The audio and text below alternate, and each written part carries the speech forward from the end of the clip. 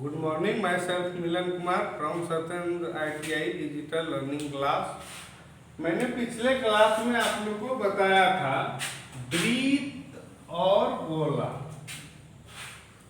Breathe और गोला।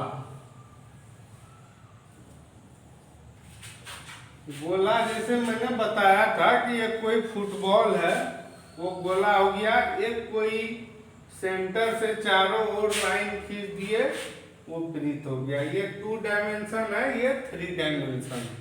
मतलब इसमें लंबाई चौड़ाई दिखता है, इसमें लंबाई चौड़ाई और मोटाई तीनों दिखेगा। वो हो गया गोला।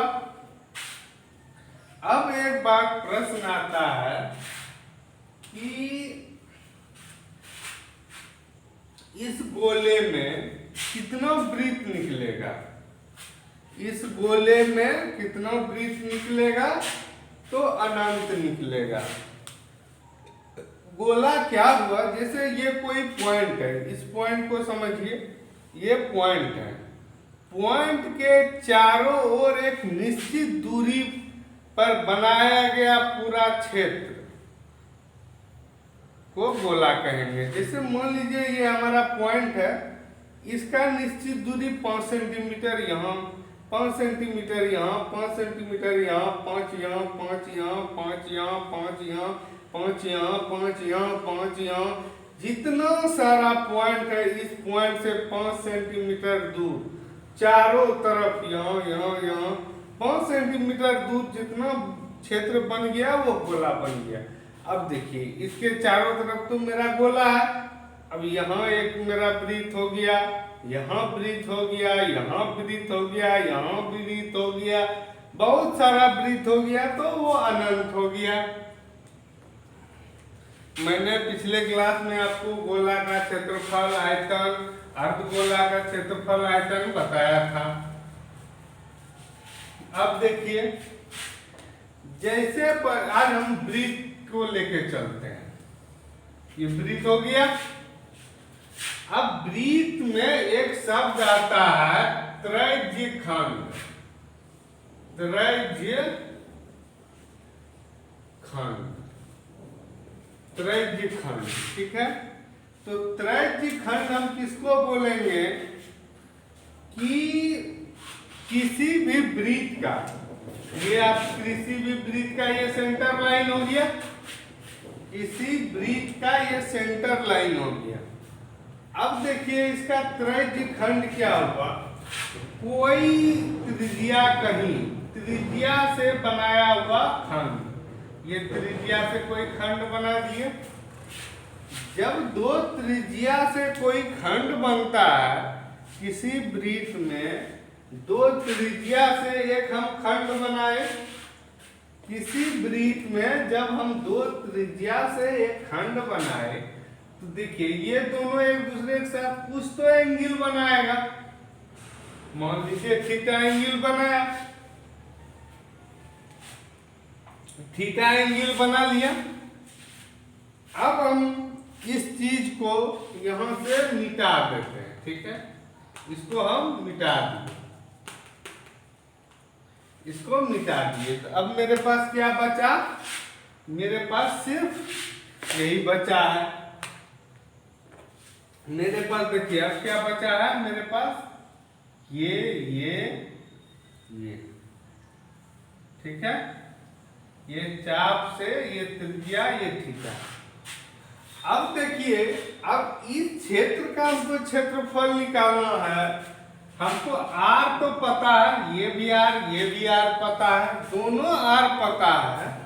तो अब देखिए इसका फॉर्मूला क्या होता है, त्रैज्य खंड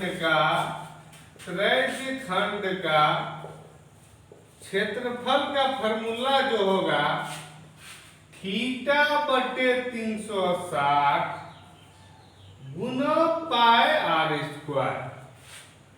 थीटा बटे 360 गुना पाई आर स्क्वायर। मतलब ये पाई आर स्क्वायर आपका पूरे का क्षेत्रफल हो गया।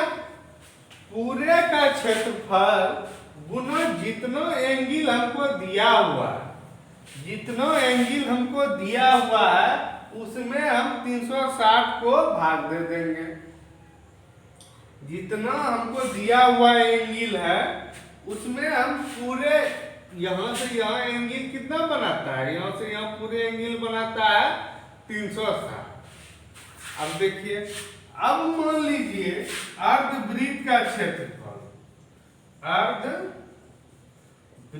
का क्षेत्रफल आपको पिछले क्लास में बताए थे, डायरेक्ट ज्योमेट्री से πr² 2 होता है, लेकिन यहाँ देखिए ये हमारा अर्धवृत्त हुआ, ठीक है, ये अर्धवृत्त है, ये अर्धवृत्त है, इसका क्या क्षेत्रफल होगा, इसका क्षेत्रफल क्या होगा, अब देखिए यह समझ लीजिए, ये त्रिज्या हुआ, ये त्रिज्या हुआ, दोनों त्रिज्या मिलके एक त्रिज्य खंड बनाया, ये त्रिज्या मिलके एक त्रिज्य खंड बनाया, त्रिज्य खंड वही चीज है, दो त्रिज्या मिलके जिस एंगल से खंड बनाता है वो त्रिज्य खंड होता है।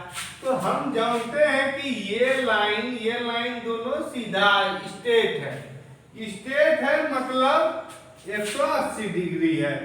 तो फॉर्मूला क्या था, 180/360 θ/360 गुना πr²।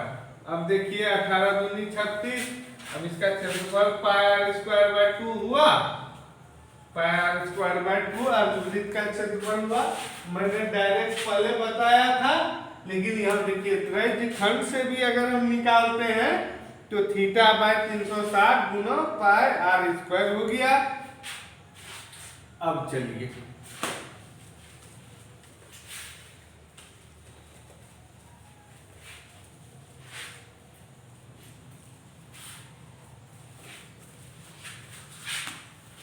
मान लीजिए वृत्त का त्रिज्या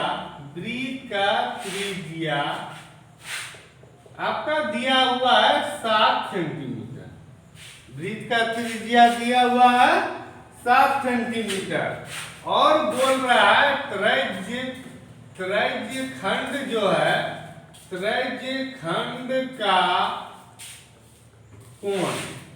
खंड का कोण मान लीजिए 60 डिग्री दिया हुआ है। अब क्वेश्चन क्या है, वृत्त है, त्रिज्या है 7 सेंटीमीटर जान गए। अब त्रिज्य खंड का 60 डिग्री बोल रहा है, ये त्रिज्य खंड हो गया 60 डिग्री हो गया, 60 डिग्री हो गया त्रिज्य खंड, 60 डिग्री हो गया। अब देखिए त्रिज्य खंड का कोण एंगल, तो त्रिज्य खंड का क्षेत्रफल क्या है, त्रिज्य खंड का क्षेत्रफल हमको निकालना है। तो फॉर्मूला लगाइए, त्रिज्य खंड का क्षेत्रफल क्या बताए, त्रिज्य खंड का क्षेत्रफल बराबर हो गया θ/360 गुना πr²। बराबर क्या हो गया, 60 डिग्री दिया हुआ है, 60/360 गुना πr² मतलब 7² बराबर क्या हो गया, 60/360 गुना 22/7 गुना 7 गुना 7। अब देखिए 6 6 36, 60 से कट गया, यहाँ 3 11, 7 7 कट गया, बराबर क्या हो गया 77, 11 7 77/3, 3 2 6, 3 5 15, 3 6 18, 3 6 18, इतना सेंटीमीटर स्क्वायर हो गया। त्रिज्य खंड का क्षेत्रफल आपका क्या हो गया, 25.67, ठीक है, 25.67। अब मान लीजिए इसको हम वेरीफाई करने के लिए एक और प्रॉब्लम ले। अब देखिए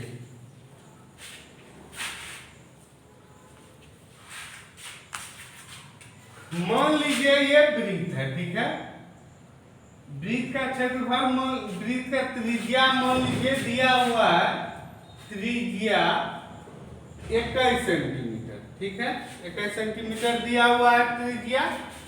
अब यहाँ पे देखिए, अब हम जानते हैं कि पूरा एंगल कितना बनाता है 360 डिग्री। केंद्र के चारों ओर जो एंगल बनाता है वो 360 डिग्री बनाता है।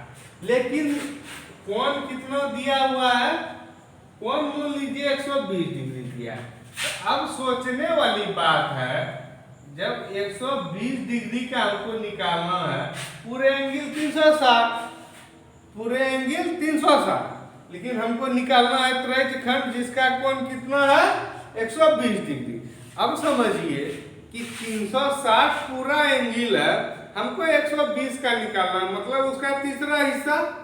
उसका जब तीसरा हिस्सा हम निकालेंगे तो देखिए, इसका तीसरा हिस्सा हम निकालेंगे तो क्या, अब यहाँ पे देखिए, मतलब वृत्त का जो ऐसा ऐसा समझिए बात, ऐसा ऐसा 3 क्षेत्र बनेगा। तो मतलब इसका क्षेत्रफल डायरेक्ट हम नहीं कर सकते हैं, pi r square by 3, pi r square by 3 हम डायरेक्ट लिख सकते हैं। अब इस पे चलिए, त्रिज्यखंड, त्रिज्यखंड का क्षेत्रफल, त्रिज्यखंड का क्षेत्रफल क्या हो गया, थीटा बटे 360 गुना पाई आर स्क्वायर। अब देखिए थीटा का मान 120 डिग्री है और 360 डिग्री, 360 पाई आर स्क्वायर, ये कट गया। अब देखिए पाई आर स्क्वायर बाय 3 हुआ, ये चीज दोनों सेम हो गया, प्रमाण हो गया। अब इसका मान निकालना है, पाई, पाई का डायरेक्ट रखिए 22 बटे 7 गुना आर, आर कितना है 21, 21 गुना 21 बटे 3, तो 7 तिया 21 कट गया, यानी कि 22 गुना 21 बटे 22 गुना 21 हो गया। 22 गुना 21 बटा 22 गुना 21 कीजिए तो यहाँ हो गया 22, यहाँ हो गया 44, 2 4 6 462, मतलब क्या हो गया 462 सेंटीमीटर स्क्वायर। अब देखिए, अब 462 सेंटीमीटर स्क्वायर 120 डिग्री एंगल वाले त्रिज्यखंड का होता है। 120 डिग्री एंगल वाला जब त्रिज्यखंड होता है, तो अब यहाँ सोचिए कि हमको जब पूरा वृत्त बोलेगा तो ऑब्वियसली है 360 डिग्री पूरा त्रिज्यखंड हो जाएगा। मतलब 360 डिग्री जब होगा, 120 डिग्री का इतना हुआ तो पूरे 360, मतलब इसका 3 गुना, तो 1200-1300 लगभग कुछ आएगा, 1386 के लगभग आएगा।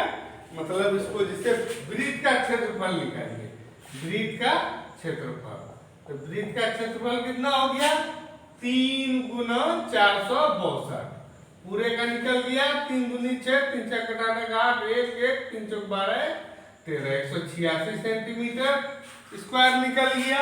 और डायरेक्ट अगर पाई आर स्क्वायर भी निकालेंगे तो वही मेरा 1386 हो जाएगा।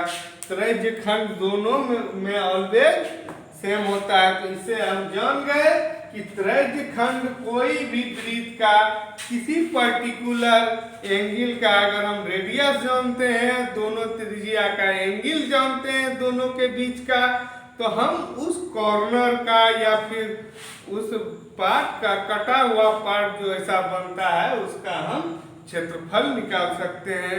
आज के क्लास में इतना ही, बाकी नेक्स्ट क्लास में। Okay, thank you.